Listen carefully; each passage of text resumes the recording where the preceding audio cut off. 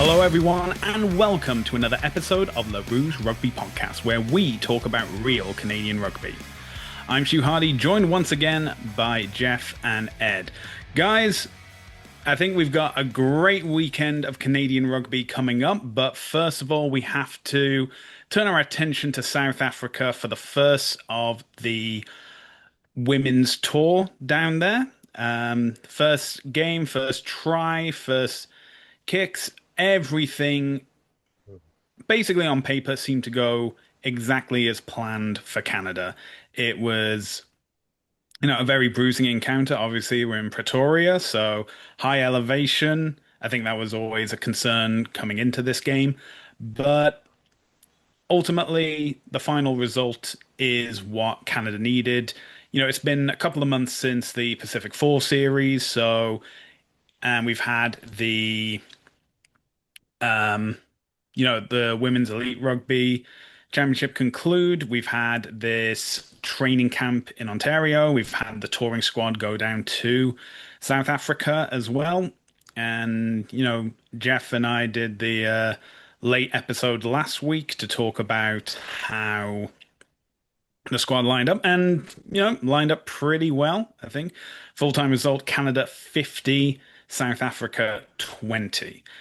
It wasn't without its niggles and problems. Obviously, very concerning at the start of the second half was Fancy Bermudez going down, being stretchered off. It was confirmed by Rugby Canada in the post-match briefing that she had been cleared from the medical facility and released back to the squad. And I think that's obviously fantastic news, both for her and for the Canadian team. When they did the team announcement for this week, Kevin Rouet did emphasize that the purpose of the tour, from a Canadian perspective, was to rotate players out. So not seeing her in the matchday 23, I think, is not a point of concern.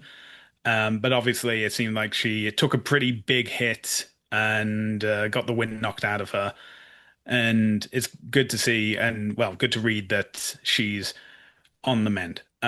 Ed, from your perspective on this match, did Canada do what they needed to do? And were there any surprises, positive surprises that you saw from this game?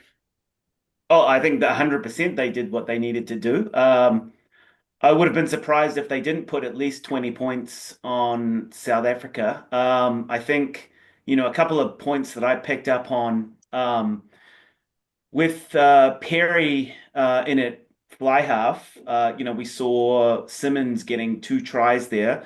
Mm, But if you watch the highlights there, they were setting a lot of their play from miss passes from fly half. So Perry was actually sending quite a few miss passes across either several forwards or their midfield there out to Simmons, and mm, Simmons benefited from that. But I think what they had identified there was that the South African players are not really in test condition.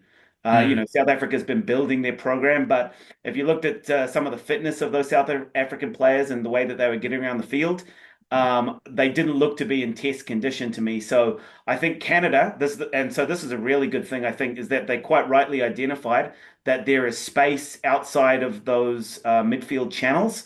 mhm, And Perry was able to throw wide passes to get it to that space.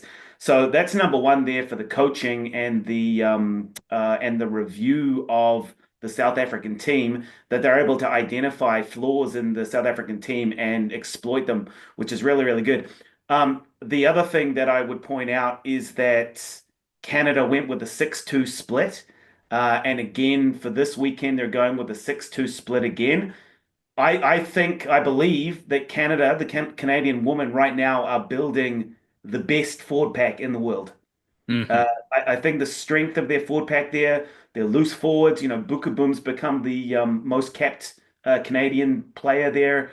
Just the strength that they're building right across their forward pack. We saw Meehan playing well again, is really, really impressive. I don't think we've seen a World Cup yet won on forward dominance. I think England tried to play forward dominance in the last World Cup, And unfortunately, because it was in New Zealand and New Zealand had a huge amount of momentum and they were playing just an all-out game, that was, the deciding factor in the end. But uh, Canada right now is building a very, very good forward pack, a forward pack that's going to equal anybody in the world. So that's a fantastic positive I see out of this game. And I love that they're doing the South African trick of playing a 6-2 split. They can just continue that forward dominance throughout the match, especially when you're bringing on players like De Goody in the second half. I mean, how does your performance is never going to drop when you're bringing in such a high caliber of player off the bench. Absolutely. One thing I do want to mention about Taylor Perry is that if you cast your minds back to 2022, she was on that plane to New Zealand, arrived in New Zealand, and just before the first game, got injured in training and was ruled out from the tournament. Absolutely heartbreaking. So to see how influential she is at fly half, she has been knocking on the door to get back into this squad basically ever since that World Cup that was held in 22. And, obviously an Ontarian, so, my personal bias is that great to see her keep getting those opportunities. But yeah, I think what the coaching staff have told all these players is that, imagine as though you've only got one opportunity on this tour to demonstrate your abilities. And because I think there's like nine changes from the squad last week to the squad coming in this week. And absolutely, you have to be able to be the one to say, like, hey, I was able to get all these players over the line because of the passes that we went over in training and making better from there. As you said, passing out missed passes to Simmons, going over. She got two in the game, nearly three if it hadn't been a knock on earlier, but.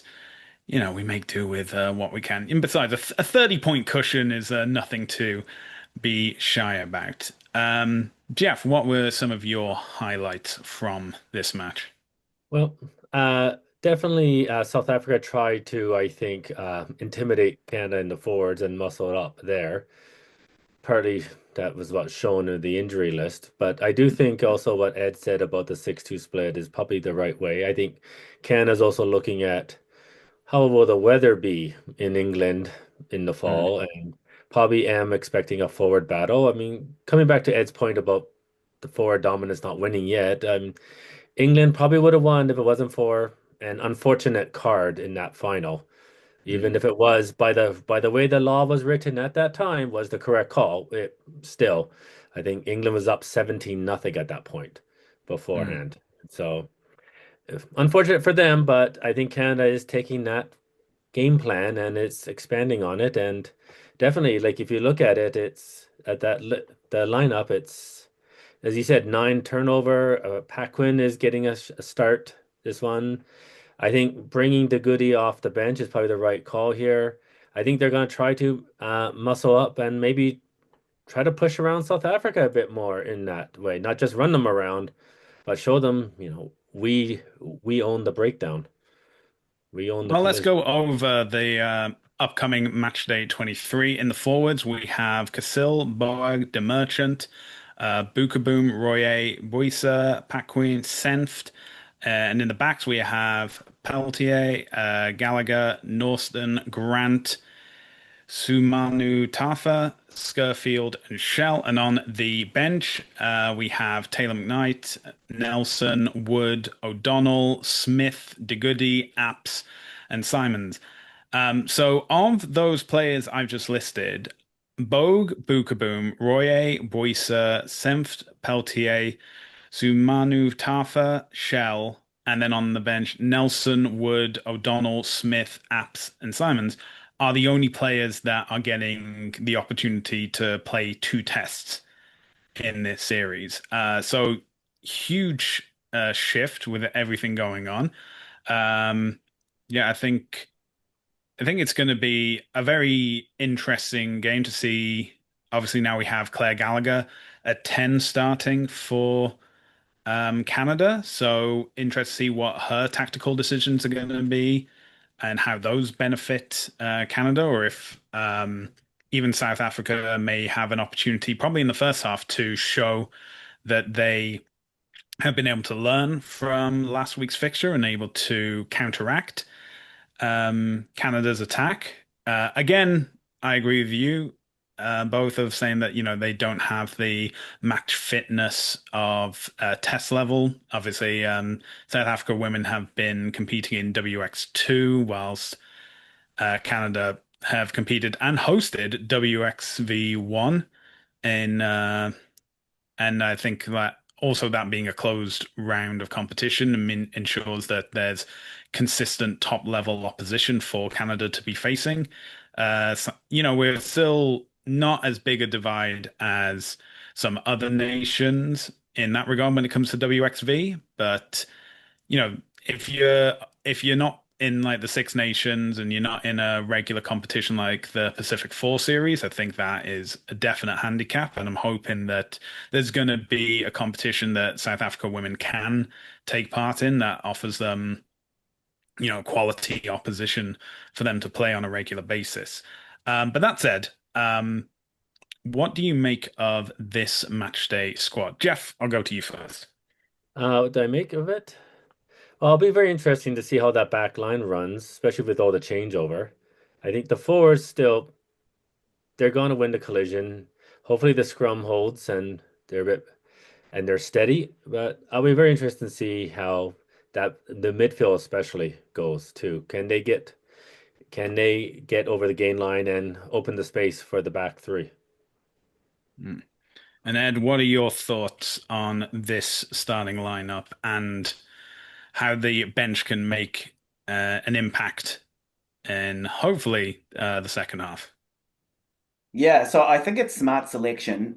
They haven't really dropped the strength of the forward pack too much. So, Mm. they had Bukamoom on the bench last week. Buisa was on the bench. But they've rotated those players in. Those players have experience. They're obviously have test level experience. So the way that they're interchanging their players is quite smart at the moment. They're putting maybe a couple of newbies with experience in and around experienced players, and they're not losing too much strength through their forward pack, which that's where games are won is in the forward pack. So I think Mm. that's very smart selection there, and then they're able to take a few more risks in the back line. I'll be interested to see how Sumanatafa goes. Obviously, having Scurfield back is a big boon for Canada, so she'll definitely do well. And then Sophie Duguri off the bench, that's one of the big ones to watch to see how she integrates into the team again. One other thing I'll say is that I donated to the Canadian Women campaign today. Their campaign to get to the World Cup.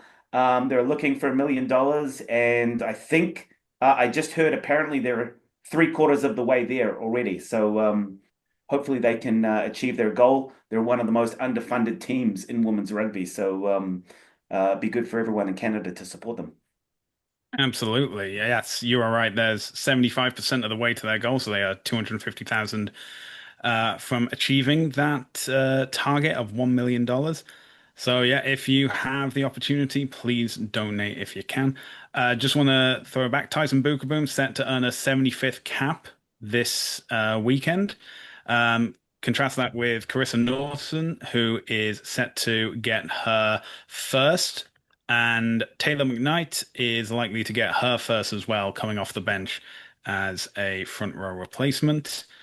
And yeah, that game will be against South Africa. It is available on TSN3 at 7:30 a.m.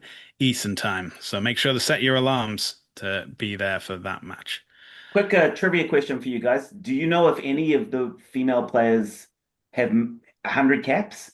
I'm not sure on the answer on that. You mean in Book's No, not Canada? far off there. You mean like just Canadian? Any world player. I'm not sure if anybody's got to 100 caps yet. I was adamant Portia Woodman and Wycliffe has reached over 100, but I'll let Jeff look that up and provide an answer. Whilst he's doing that, we're going to turn our attention back to Canada this time. The Tara nation of Hunter. Canada. Sorry. Sorry, Sorry. you. Tara Hunter, 141 Oh, wow. for England. That makes sense. That's impressive. Hmm.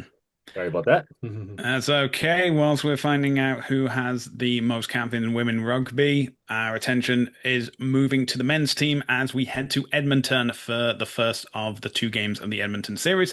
First, though, we had the announcement of the squad for the Edmonton series for the two tests against Belgium and Spain.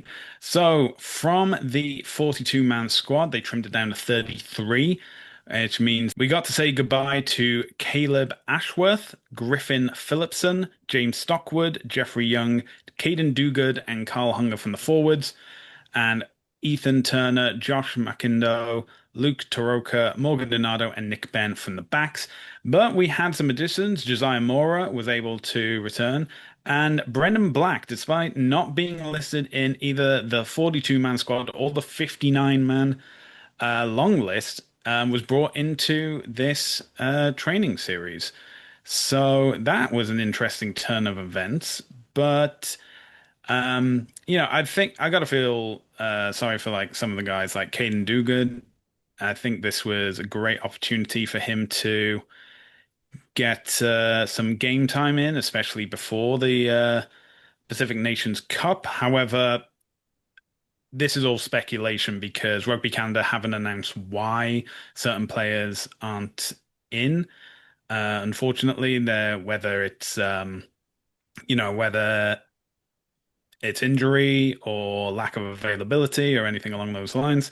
So that was a bit disappointing to see. But from the guys we've got, it looks like it's a pretty decent squad. Um, and that is normally where we would end it. However, today they have announced the first squad for the match against Belgium.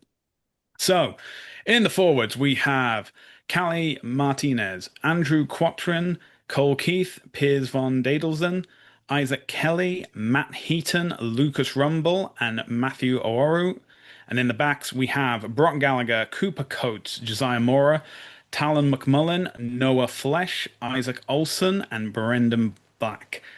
In the subs, we have Dwell Kotzer, Foster DeWitt, and Kyle Steeves, Callum Botchart, Sean Parry, Jason Higgins, Peter Nelson, and Kyle Tremblay. So the women went for a 6-2 split on the bench, the men going for a 5-3. But this is the squad that is set to face Belgium. So the Brendan Black inclusion was taken as a surprise for all. And now he's going to be getting his first cap in 15s after getting his cap for sevens earlier this year. Uh, Jeff, interesting squad selection, wouldn't you say? That's what I said on X. It's a very interesting squad list and a very experimental squad, or sorry, game day squad. Just quickly speaking about the trimmed down squad first, I was disappointed one for Caden Duguid. Playing your hometown would always be a great thing.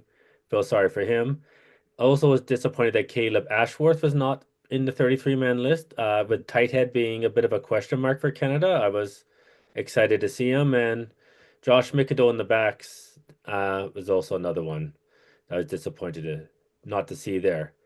Now for the game day squad, I think forwards are mostly what I would expect to be forward pack in the PNC. I mean, Kelly is getting another chance to prove himself. Hopefully he does at lock. I probably would honestly have Rumble and Heaton on the other way around, with Rumble at 7 and Heaton more as sorry, Rumble at 6 and Heaton at 7, but maybe they're just going for a left right flanker more here. The back line is definitely experimental, definitely interesting. I am excited to see Coates at fly half. I don't think he's ever played there before. I could be wrong, but he definitely has like the speed, the vision. I think to potentially do well there. Black at fullback is another one. I'll be very interesting to see. I was I was happy to see Nelson not get to start for this one. I thought honestly he would, and then he would either go back to fullback or 12 with a young 10 coming on. But I'm glad to see that Meehan is definitely trying some different things out here. And this is the time to see it. On the bench, let's see. I heard Coates was hurt, but I guess it's good to see him there. Bachar, I thought he might start, and especially with no Olmsted in the 23, I am Mm, surprised he's not starting. Uh, got Perry to cover the back row, and congrats to Tremblay on his potential first cap. That would probably be in the midfield, I would imagine. So, mm, as I said, a very interesting squad, very experimental, especially in the back line. It'll be interesting to see if the forwards can give them the platform for the mm, backs to find their cohesion mm, and get going. Because if the forwards can win the collision, win the breakdown, there's a lot of talent and speed in that back line. mm. There's a lot. And if they can get free, Canada could go well on Saturday. Yeah, Ed. As Jeff was saying, it seems as though the squad is choosing experience with some of the forwards and youth for some of the backs. Do you think that this is going to be a strong squad, or do you think that there may be some like points of concern for Yeah, Canada? I'll be a little bit harsher than Jeff here because I'm a little bit baffled by the team, to be honest. It appears to be a team where they're looking like building experience for the next 4 years. It's like the new generation, but they need to make it to the World Cup, which is in 2 years' time. So they Mm, need to win everything from here out in terms of mm, all of the games. So I'm a little bit confused by some of the. Firstly confused by some of the players that were dropped from the wider training squad. I guess maybe there's injuries. I'm not sure. I was asking on the Rugby Canada page about Ben Lesage. I would have thought he would have been one of the main guys there, but apparently he might be carrying an injury.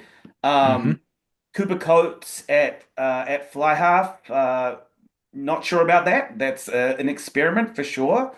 Um, I'm surprised Webster hasn't been brought into the team. They've brought in Black and started him immediately. No Olmsted. Mason Flesh is one of the better performed players in MLR, so I'm surprised he's not even in the squad at all. I think, the forward pack largely is probably close to the better forward pack that they could have picked. So I think, maybe there's a bit of consistency there, and maybe the same as the women's team, they'll be looking to boss it in the forwards. Um, but the other, bringing guys straight in that haven't been in the training team at all, like Jojo Mora and Black, is an interesting way to approach it. I've got to shout out Isaac Olsen, Okanagan boy, from Vernon there in the team. So shout out to Isaac. But yeah, a little bit confusing. I'm a little bit confused by the team. Maybe they've identified something in the Belgian gameplay that the strengths of these players can play to, but not sure until we actually see the game, I guess. Yeah, I think that is a thought that's been on the mind of a lot of Canadian men's rugby fans is that this seems like a squad that you want to develop, but this is not the right time to do it. That said, Stephen Meehan was only brought into this role at the end of last year, with him actually starting in the first quarter of 2025. So the real issue, I think, stems all the way back to 2021 when Canada were eliminated from qualifying for the Men's Rugby World Cup. And instead of Kingsley Jones falling on his sword and resigning in honor, it was, okay, we're just gonna, stick with the same thing for the next 2 years, not develop any of the players, not do any squad rotation at all. And then in 2023, when was the right another option for him to leave amicably, he then gets a 2 year extension because he probably has photos somewhere of the Canadian Rugby Board, for all we know. Finally, at the end of last year, after the loss to Romania on Canada's November tour, it was finally announced he was going to leave. But that leaves Stephen Meehan with months to prepare for the Men's Rugby World Cup qualifiers. So it's kind of like a damned if you do, damned if you don't kind of situation for him, is in like he has to develop talent to be able to compete at the next Men's Rugby World Cup, but he only has a matter of months to be in that position, even though we've had technically like 4 years to get to this spot.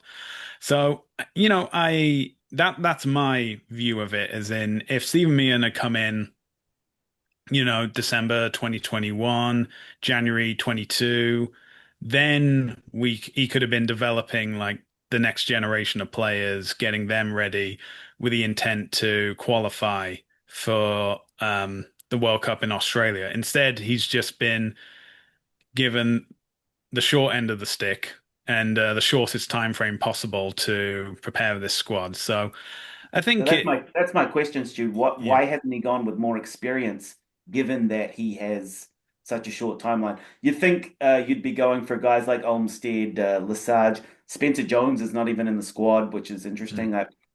Yeah, it'll be interesting. Maybe he's got a whole new theory of how to play.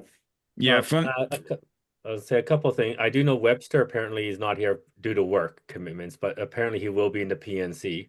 mm, Olmsted really is, as I said, is a bit of a surprise omission from this game day squad. I'll be mm, very curious to see the lineup against Spain, and I'm gonna kind of reserve judgment on that part until I see the lineup for Spain. I mean, yeah, if you're going to cap some guys and give a guys a run, Belgium is the better option. yes, That I'm not saying it's the right option. I mean, but it's the better mm, one to do it at. Yeah. I am glad not to see Nelson at 10. Even though yeah, I expect him probably to be the 10 if O'Leary's not there in the PNC. mm, Also, my curious questions too, and I think a lot of it does come down to work time commitments to get is like why is O'Leary not even in the squad, as you said, like that. It I really wonder if it comes back to that is they decided to sacrifice the July tests to make sure these guys are in the PNC squad. yeah. I think And we don't know yeah. that. Yeah. Yeah, we don't Yeah. know, but I think if I was in that situation, like I've also heard the rumor mill saying like that's the re Brock Webster's not there because of work commitments. Obviously, a lot of these guys, rugby is they still, even though they're getting paid, it's still like their second job. They've got other things that require them to, their full attention outside of like the MLR season. And yes, they do have time for like internationals as well. So you just gotta decide which one is more applicable for the situation in question. And it's like, do you want to be available for a home series or do you want to be available for World Cup qualifying? I know that Evan Olmsted is had declared himself available for both. Obviously, he's been out of the international setup since 2019. So him getting some familiarity with it as well. And while, yeah, I do agree with you, and you do want to have like Olmsted starting because he has that experience from his time in France.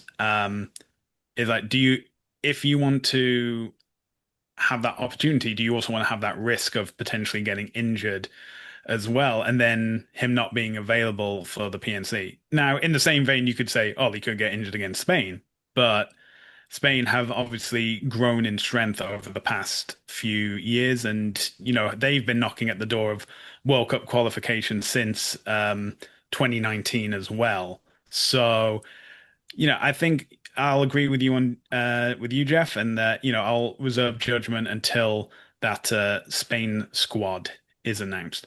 But Olmsted could also get hit by a bus walking out of his hotel. So you gotta risk it at I, some point. I can only take into account what happens on the rugby pitch. I think I'm not the master of fate, and but yeah, as the guys that have been selected, Black potentially earning his first cap as fullback. Congratulations to him. And if you want to see that game, that is available on TSN 2, and that will be from 7:30 p.m. Eastern time. And if you want to watch any other rugby fixtures this weekend, we're getting into the international window. The British and Irish Lions are still going strong. They'll be available on the Zone, and all those Canada games are available on TSN. And if you enjoyed this episode, be sure to check out more, as well as our written pieces, on our website, therougerugby.ca. You can also find us on Spotify and on YouTube at Rouge Rugby. Make sure to hit like and subscribe and hit the bell notification to stay up to date with all our videos. We're also available across social media, including Facebook, X, Instagram, TikTok, Threads, and Blue Sky, all at Rouge Rugby. Jeff, where can people find you on social media? You can find me on X at WP Rugby Jeff. And Ed, where can people find you? Facebook and YouTube, rugby101_2025. And you can find me across social media at Hardman, spelled H4RDMAN. Well, that's where we're going to end this episode. Jeff, Ed, thank you for joining me, and thank you all for joining us for another episode of the Rouge Rugby podcast, where we talk about real Canadian rugby. We hope you can join us again next time.